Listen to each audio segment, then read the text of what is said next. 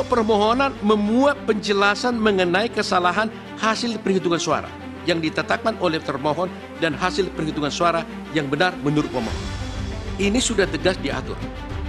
Bahkan di petitum pun juga disebutkan, petitum itu harus memuat permintaan untuk membatalkan penetapan perolehan suara hasil pemilu oleh termohon dan menetapkan hasil perolehan suara yang benar menurut pemohon. Dalam kasus ini, dalam permohonan pemohon, pemohon tidak menyebutkan dalam petitumnya mana yang suara yang salah dan mana perolehan suara yang benar menurut pemohon. Sehingga dengan demikian, permohonan daripada pemohon telah cacat formil, tidak memenuhi prosedur yang diatur di dalam PMK nomor 4 tahun 2003. Jadi coba bayangkan ya, kalau semua sengketa itu bisa dibawa ke Mahkamah Konstitusi, pertanyaan saya, apa kerjaannya Bawaslu? Tidak ada lagi, tidak ada Bawaslu, bubarin aja Bawaslunya.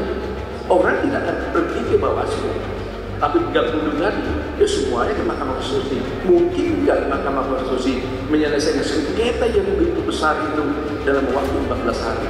Kalau semua termasuk pelanggaran juga bisa, nggak mungkin. Jadi ini logika gampang saja, ya. Tapi harusnya kita sudah diatur bagian masing-masing. Jadi tidak mungkin semua sengketa itu bisa dibawa ke Mahkamah Konstitusi. Nah, berdasarkan hal itu, sebagaimana sudah pernah kami sampaikan, KPU beberapa waktu yang lalu sudah mempersiapkan rapat koordinasi dengan KPU-KPU provinsi dan KPU kabupaten kota untuk mengantisipasi segala sesuatunya yang kira-kira akan menjadi topik pokok permohonan oleh para pemohon, terutama untuk persidangan awal ini untuk pemilihan perselisihan hasil pemilihan umum untuk pemilu presiden. Berbagai tudingan paslon 01 dan 03 kepada hasil pemilu 2024 yang dimenangkan oleh paslon 02 kini tengah bergulir di Mahkamah Konstitusi. Keinginan untuk mengulang kembali penyelenggaraan pemilu 2024 digaungkan oleh kedua belah pihak yang sudah dinyatakan kalah jauh dalam kontestasi 5 tahunan itu oleh pasangan Prabowo dan Gibran. Dugaan kecurangan pemilu yang santer disuarakan oleh pihak yang kalah dalam pemilu diyakini tidak akan terbukti dalam persidangan di Mahkamah Konstitusi. Kubu 02 mengaku percaya diri dan tetap akan mengikuti jalannya persidangan. Ya kami sudah lihat juga gugatannya, tapi kami juga kemudian sebagai pihak terkait juga akan mematahkan argumen tersebut karena sebagai kontestan dalam Pilpres tentunya kubu 02 juga mempunyai argumen dan juga kami ya masyarakat Indonesia juga bisa lihat keterlibatan Pak Jokowi itu ada di mana sih, sehingga kemudian ya kalau kemudian 02 menang ya tentunya karena dukungan rakyat yang demikian besar yang kami sudah sebenarnya agak sulit menahan pendukung 02 ini yang kemudian sudah banyak yang mau reaktif karena dituduh curang. Tapi alhamdulillah kami bisa kemudian ke bawah menenangkan dan kita akan selesaikan masalah ini di Mahkamah Konstitusi. Ya. Bincang spesial kali ini akan mengulas sikap dari kubu 02 yang saat ini menjadi pihak yang tergugat. Wakil Ketua Umum Gerindra yang juga Wakil Ketua Tim Kampanye Nasional Habibur Rahman mengungkap secara gamblang di Bincang Spesial Sinpo TV.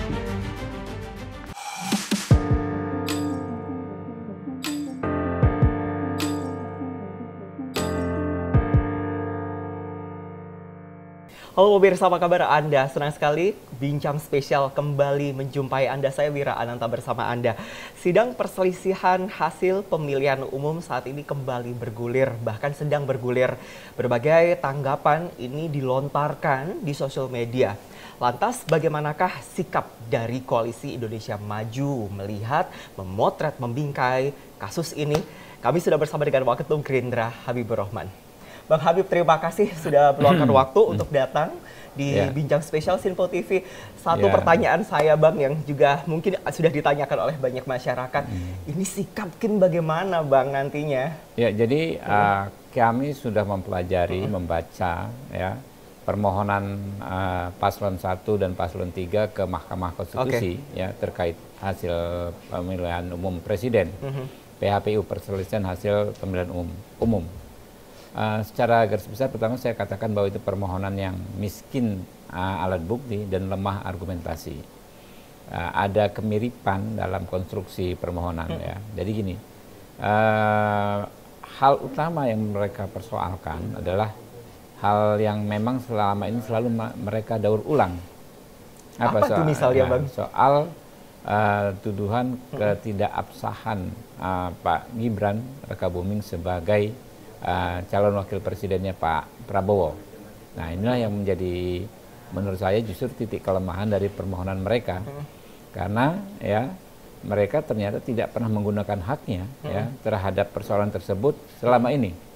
Jadi kan ini kan mungkin ya kemungkinan masalahnya mereka selama ini terlalu percaya diri akan menang. Ketika dinyatakan kalah by quick count, ya mereka cari-cari alasan ya yang sudah basi gitu kan ya. Dicari ya persoalan apa namanya Mas Gibran. Jadi gini, kan waktu itu ada putusan MK nomor 90 ya tahun 2023 yang intinya merubah pasal 169 huruf Q Undang-Undang Pemilu ya, yang memungkinkan Mas Gibran maju sebagai calon wakil presiden. Calon wakil presiden pada saat itu. Waktu itu kan dipersoalkan ya oleh mereka, dilaporkan ke MK. Nanti ada putusan MK yang menyatakan Pak Anwar Usman bersalah karena tidak mundur sebagai majelis hakim. Tetapi secara umum MK tidak mempersoalkan putusan nomor 90 tersebut. Tetap sah putusan nomor 90 sehingga Mas Gibran lah mendaftar ya. Waktu itu mereka nih Mas Wira ya cari solusi bagi mereka supaya bisa menggagalkan pencalonan Mas Gibran. Ajukan kembali, jadi pasal yang sudah diubah ya, pasal 169 itu yang udah diubah oleh putusan MK nomor 90 ingin mereka ubah lagi dengan mengajukan permohonan kembali ke MK. Seorang mahasiswa Universitas Nahdlatul Ulama yang mengajukannya. Maka namanya perkara nomor 141 tahun 2023. Nah, ternyata ya putusan perkara 141 tahun 2023 justru memperkuat putusan perkara nomor 90. Justru memperkuat ini. Ya, mengatakan tidak ada masalah dengan apa namanya perkara 90. Kemudian di perkara nomor 90 tidak terjadi intervensi. Ya. Yang tadi yang disebut terjadi intervensi. Ketiga, perkara 90 tidak menimbulkan ketidakpastian hukum. Jadi clear. Keabsahan Gibran justru semakin kuat. Ya kan? Lalulah ada proses kan kampanye sekian bulan ya, lalu ada debat capres, debat cawapres ya. Terakhir ya bukan terakhir di bulan Desember ada putusan Dewan Kehormatan Penyelenggara Pemilu. Justru putusan DKPP ini semakin memperkuat lagi apa namanya putusan MK yang nomor 90 karena dikatakan dalam putusan tersebut bahwa putusan MK nomor 90 itu adalah konstitusional, ya kan?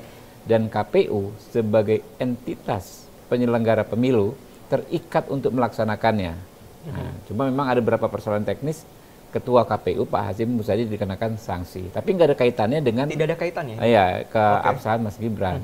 Kalau apa namanya justru KPU harusnya lebih cepat menerima pendaftaran Mas Gibran.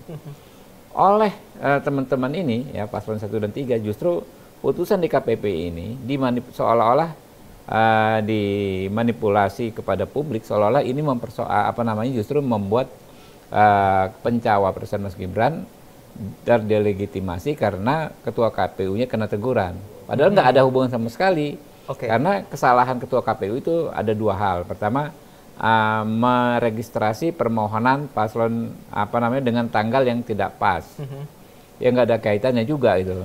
Kan itu paslon 1 mendaftar tanggal 19 kalau nggak salah. Paslon 2 1 dan 3 mendaftar tanggal 19. Kemudian paslon 2 kalau nggak salah tanggal 25 atau tanggal berapa ya kan. 25 kalau nggak salah ya kan, hanya beberapa hari. Diregistrasi karena pemberkasannya sama, diregistrasi tertanggal 27. Tapi nggak ada kaitannya dengan keabsahan karena semuanya tetap sah gitu loh. Betul. Tapi kalau dalam konteks administrasi memang dianggap ketua KPU bersalah, ya dikenakan sanksi. Jadi sanksi terhadap ketua KPU itu nggak ada kaitannya dengan keabsahannya Mas Gibran. Nah, terhadap keabsahannya Mas Gibran ini kan, kalau Mas Wira mau dijadikan cawapres itu kan dikeluarkan SK oleh KPU. Iya, betul. Ya kan, SK itu isinya Prabowo sebagai capres. Secara administratif ya, yang menyatakan waktu bahwa awal dulu ya, betul. Pak Prabowo capres, cawapresnya Mas Gibran. Ya. Lalu kan ada pengundian nomor urut dan lain sebagainya. Penetapan calon terpilih, calon presiden definitif. Penetapan capres definitif. Oke. Ini nggak pernah dipersoalkan nih berbulan-bulan, 5 bulan ya kan, sepanjang masa. Masa itu nggak pernah dipersoalkan. Seharusnya kalau kita keberatan terhadap SK yang dikeluarkan oleh KPU di Undang-Undang Pemilu nih, Undang-Undang Nomor 7 Tahun 2017 di pasal 429. Siapa yang keberatan terhadap SK yang dikeluarkan KPU dalam waktu 7 hari bisa mengajukan yang namanya sengketa proses. Baik. Ingat ya, namanya sengketa proses. Sengketa proses itu kita masukkan tuh, bukan laporan biasa. Masukkan kayak permohonan perdata gitu. Sengketa proses. Tertulis ya kan, ditandatangani, ajukan saya keberatan dengan Gibran sebagai cawapres. Kenapa? Karena melanggar hukum, karena ada putusan di KPP, karena macam-macam. Silakan. Tetapi itu tidak mereka lakukan. Jangka waktunya kapan pengajuan sengketa proses ke Bawaslu itu? 7 hari sejak diketahui. Kalau mereka menganggap baru mengetahui bahwa Mas Gibran diangkat dengan tidak sah, ya baru setelah ada putusan di KPP, maka batas waktunya 7 hari setelah putusan di KPP. Ternyata itu juga nggak mereka lakukan kan? Sampai akhirnya, ya kan itu kan di bulan Desember kalau nggak salah kan, baru kemarin di Februari 14 ya kita pemilu. Hari kedua, hari malam-malam tanggal 14, ya quick count semua bilang mereka kalah jauh banget. Dicarilah alasan ini, Bung Wira. Ya, dimasukkanlah ini lalu ketika mengajukan permohonan ke MK, itu kan juga ada selisih waktu berapa bulan ya kan ya. Nggak ada juga pelaporan yang ke Bawaslu juga nggak ada. Sampai waktu masuk ke MK, saya begitu sudah registrasi resmi 2 paslon ini, di MK namanya permohonan keberatannya ya, permohonannya saya buka nih, saya baca, ternyata Masya Allah isinya ya itu aja, mempersoalkan pencawapresan Mas Gibran. Kira-kira kenapa Bang? Ya karena nggak ada peluru lagi gitu loh, karena kalau di MK itu kan harus persoalan terkait hasil sengketa terhadap hasil penghitungan suara, bukannya proses, bukannya prosedur terhadap hasil. Karena nggak ada bukti apapun terkait hasil, ya kan, mereka cari masalah yang sudah nggak ada masalah gitu. Nggak ada masalah, tapi memang ini dinaikkan. Jadi ya kan, diajukan ke MK. Saya baca yang dari permohonan mereka mungkin ada 80%, 70% terkait ini pencawapresan Mas Gibran. Yang lain, 2 hal lainnya adalah soal bansos. Mereka anggap bansos ini yang memang haknya rakyat, ya kan ya, dipolitisasi untuk kepentingan paslon 2. Padahal nggak ada sekalipun dalam pemberian bansos itu mengatasnamakan paslon 2, ya kan? Lalu dari pemerintah dan program yang sudah terencana, ya kan? Lalu ada tuduhan para menteri ya yang mereka tuduh membantu paslon 2. Nah, jadi gini, satu soal keabsahan Mas Gibran. Itu kan harusnya di undang-undang pemilu buku keempat diatur ya, penyelesaian masalah pemilu ini ada 3 kamar, Bung Wira. 1 pelanggaran administrasi, bisa pelanggaran administrasi biasa atau terstruktur, sistematis dan masif, itu penyelesaiannya di mana? Di Bawaslu. Kedua, sengketa proses yang saya bilang tadi. Yang ketiga baru PHPU, perselisihan hasil pemilihan umum. Yang 2 ini ya kan, yang 3 atau 4 hal yang mereka persoalkan ke ke MK saat ini, mungkin hanya 10% yang masuk objek PHPU.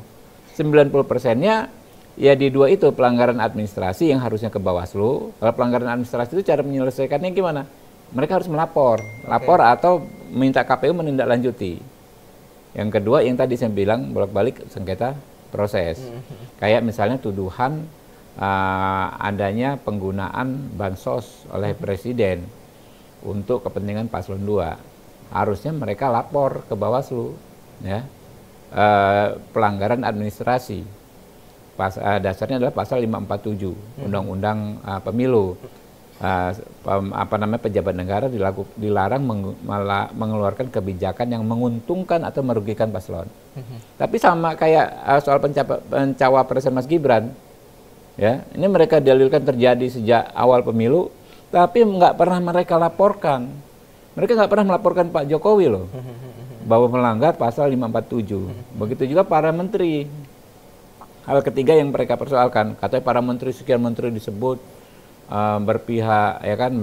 Kan ada pasal 547, ancaman hukumannya pidana. Dan itu sudah cukup jelas ya, undang-undang itu ya Bang? Iya, kalau ada masalah laporkan ke Bawaslu. Ya. Nah, tapi ini tidak dilaporkan, ya, barulah sekarang masuk di format permohonan yang ke Mahkamah Konstitusi. Nah inilah yang makanya kami sih sangat percaya diri, ini istilahnya kelasnya kelas pelaporan kaleng kerupuk istilahnya. Sama sekali nggak berkelas, nggak berkualitas gitu loh. Ya, ringan sekali. Jadi tiup aja oleh para lawyer-lawyer kita yang ada di MK itu selesai. Baik. Jadi ini 3 hal utama yang mereka laporkan. Satu, pencawapresan Mas Gibran, itu harusnya objek sengketa proses, ya kan, ada di Bawaslu. Kemudian tuduhan keterlibatan presiden dengan bentuk bansos, itu harusnya pelanggaran administrasi. Kemudian keterlibatan para menteri mendukung paslon 2 harusnya sama juga pelanggaran administrasi, harusnya ke Bawaslu. Nah, hanya sedikit sekali ya yang terkait dengan penghitungan suara, seperti misalnya dia klaim ada di beberapa TPS saja, Mas Wira, ya. Pencoblosan dia klaim lagi-lagi klaim suara Mas Anies katanya dikurangin. Itu hanya sedikit sekali, tidak signifikan, kan tahu selisihnya antara paslon 2 dengan paslon 1. Itu sekian puluh juta. Iya betul. Padahal taruhlah misalnya kita kan di 58%. Oke. Kalau mau dia menggugat agar hasilnya bisa berubah, bisa menjadi 2 putaran dari 1 putaran, taruhlah mereka kejar di cut yang 8%.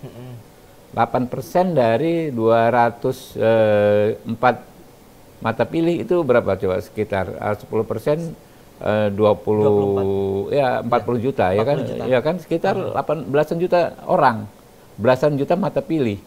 Padahal yang dia klaim, tapi kenyataannya yang dia klaim itu cuma paling banyak 2000 TPS, 2000 kali 300 berapa ya,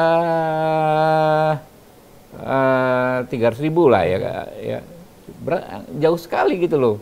Nggak mungkin mengejar 8%. Ini sebagai fenomena apa Bang Habib? Ya inilah orang ya yang panik, ya, ingin berambisi merebut kekuasaan, tetapi akhirnya nggak punya bukti, membabi buta, membangun narasi pemilu curang, ternyata mereka tidak bisa membuktikan kecurangannya di mana. Jangankan membuktikan, mendalilkannya saja nggak bisa. Bang, ini tadi saya menarik ketika kita bicara tentang narasi kaleng kerupuk tuh Bang. Kalau misalnya pemirsa ingin memperdalam lagi seperti ini, apa sih yang harus diketahui oleh pemirsa, oleh masyarakat? Sebenarnya ini titiknya di mana? Posisinya di mana?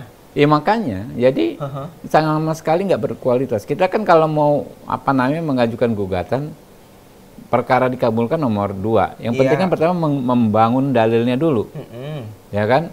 Kalau saya di posisi mereka, seharusnya dibangun dalilnya dulu. Bahwa saya dicurangi dari penghitungan sekian. Bahwa dalil ini belum ada. Nggak ada karena sama sekali nggak, saking tidak ada buktinya. Itu dia. Saking tidak ada buktinya, ngarang aja nggak bisa dia. Ngarang dalam konteks terjadinya kecurangan dalam konteks penghitungan hasil. Mereka nggak bisa. Sehingga maksa. Nah lalu sekarang membuat narasi memaksa MK. Ini yang penting ini kita bahas nih, Bung Wira. Memaksa MK melakukan tindakan di luar ketentuan hukum. Kan ketentuan hukumnya MK itu kan soal hasil. Proses di MK itu kan namanya PHPU. Perselisihan hasil penghitungan pemilihan umum, ya kan hasilnya. suara dia menurut hitungan dia sekian, menurut KPU sekian, barulah dispute. Nah, di luar itu kan apa namanya nggak ada itu, ya kan? Nah, mereka memaksa MK supaya juga mengadili sesuatu yang di luar kewenangannya itu tadi, yang soal kewenangan di Bawaslu, soal pencawapresan Mas Gibran, sengketa proses, soal pelanggaran administrasi. Nah, itu didorong mereka dengan mereka bahkan membangun narasi MK bukan negarawan, ya. Bukan penegak hukum kalau tidak meluluskan keinginan dan nafsu mereka itu. Kan aneh ini kan, dan ini sesat sekali gitu loh. Mereka kalau MK nggak mengikuti kemauan kami berarti MK bukan negarawan. MK harus berani membuat terobosan. Jadi apa tuh Bang MK Bang kira-kira? Ya jadi kan, ya kan MK ini kan menyidangkan memeriksa perkara ini berdasarkan Undang-Undang 7 tahun 2017. Ya, saya 2017. Cerita ininya. Asal apa namanya sejarahnya, ya kan? Dahulu sebelum Undang-Undang 7 tahun 2017, semua masalah itu dibawa ke MK kalau ada sengketa KPU. Dahulu, sekarang. Iya, ya kan sebelum 2017 Undang-Undang itu. Nah, MK kan akhirnya susah meriksa semua hal, terlalu banyak waktu persidangan 14 hari. Lalu di 2017 DPR dan pemerintah menyusun undang-undang itu.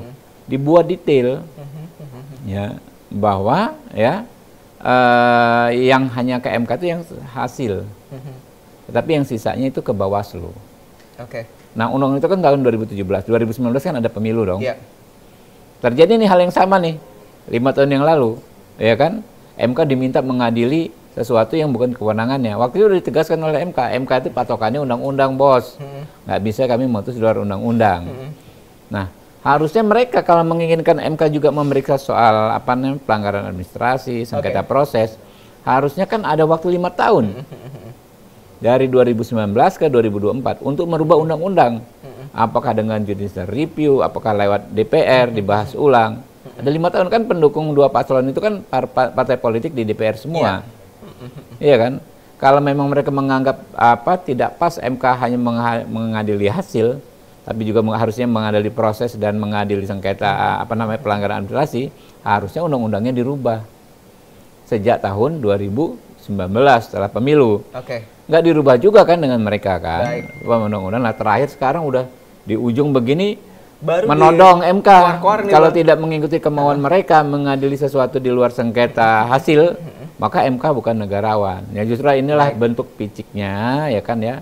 Bentuk kesesatan logika berpikir yang mereka bangun. Nah, ini yang rakyat harus tahu ya. Kita percaya Majelis Hakim Mahkamah Konstitusi adalah memang negarawan yang paham sekali mendudukkan masalah sesuai proporsinya. Melihat ini sebagai kewenangan MK memang hanya hasil, bukan terkait sengketa proses atau pelanggaran administrasi, itu nggak ada gitu loh. Nah, jadi kalau saya sih optimis ini 9 negarawan ya. Yang di Mahkamah Konstitusi ini pasti akan memutus sesuai dengan konstitusi dan undang-undang yang berlaku, ya, menolak permohonan 2 paslon tersebut. Bang, tapi sidang ini kan masih bergulir, Bang. Tapi kita tentu berharap nantinya ini akan merujuk pada satu titik, pada satu akar. Kira-kira apa yang nantinya akan dicapai, yang diharapkan oleh KIM, Koalisi Indonesia Maju, untuk ya demi kebaikan bangsa kita tentunya. Ya tentu, ya kan kita kalau kita ngomong penegakan hukum itu, satu kita baca undang-undangnya, kedua lihat bagaimana pernah undang-undang itu dipakai, ya kan? Kan undang-undangnya kan 7 tahun 2017. Kapan dipakai undang-undang itu? Di PHPU, ya, Perselisihan Hasil Pemilihan Umum Presiden tahun 2019. Jadi undang-undangnya 2017, praktek kita penegakan undang-undang itu 2019. Sama-sama itu. Bahwa MK itu hanya mengadili hasil. Nah, kita berharap ya tetap konsisten, ya, MK menjaga marwahnya, ya, sebagai institusi garda terakhir penjaga konstitusi kita. MK sudah menjaga marwahnya, lantas pesan yang mungkin ingin disampaikan kepada paslon 1 dan paslon 3, Bang. Jadi saya banyak diskusi sama teman-teman lintas koalisi presiden. Ya, di DPR, sesama anggota DPR ya, kebetulan. Banyak juga yang saya tangkap justru mayoritas mengatakan ya sudah lah, ya kan?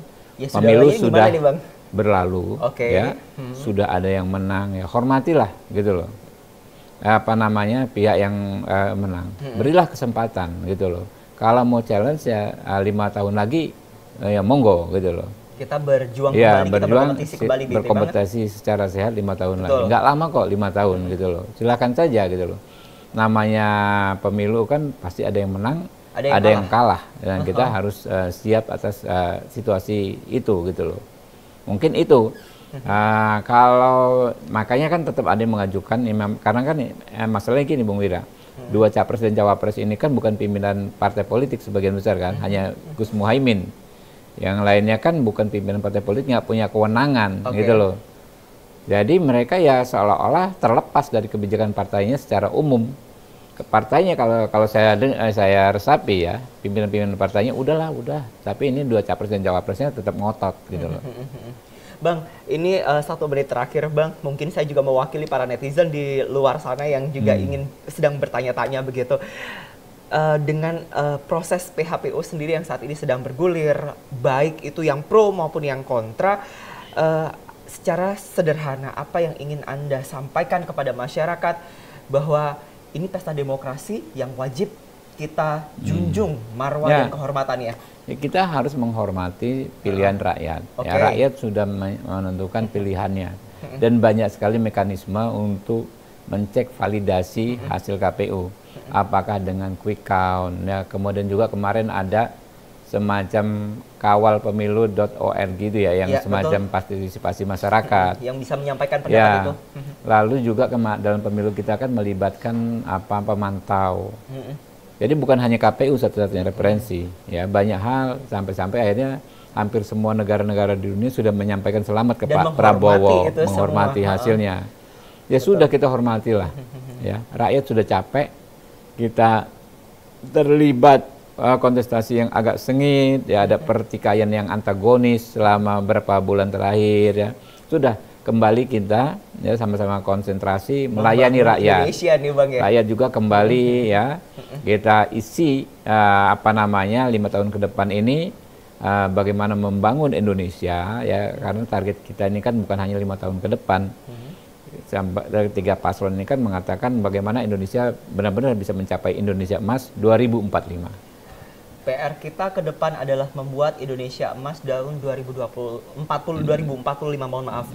Dan sekali lagi inilah yang juga menjadi PR kita bersama-sama, bahwa siapapun yang menang, siapapun yang kalah, tugas kita sekarang bukan memilih nih Bang, tetapi untuk membuat Indonesia jauh lebih baik bersama-sama. Yang kalah bukan berarti itu menjadi yang kalah, tapi kita bersama-sama mengkoreksi gimana kebaikan untuk Indonesia ke depan. Sepakat, sudah cocok jadi Wakil Ketua TKN Prabowo Gibran. Terima kasih. Waketum Gerindra, terima kasih sudah berkenan hadir di studio Simpo TV. Sayangnya waktu 30 menit ini tidak cukup panjang, tapi kami berharap next kita bisa ngobrol-ngobrol lagi Bang, terkait apa, gebrakan apa, langkah apa yang harus kita lanjutkan dari program-program yang sudah dilakukan oleh Presiden sebelumnya, Presiden Joko Widodo. Kita berharap Indonesia 2045 jauh lebih baik lagi. Terima kasih saudara sudah menonton Bincang Spesial yang kebetulan pada hari ini kita sudah kedatangan dengan Waketum Gerindra Habibur Rahman. Saya Wira Ananta pamit undur diri. Terima kasih. Sampai jumpa.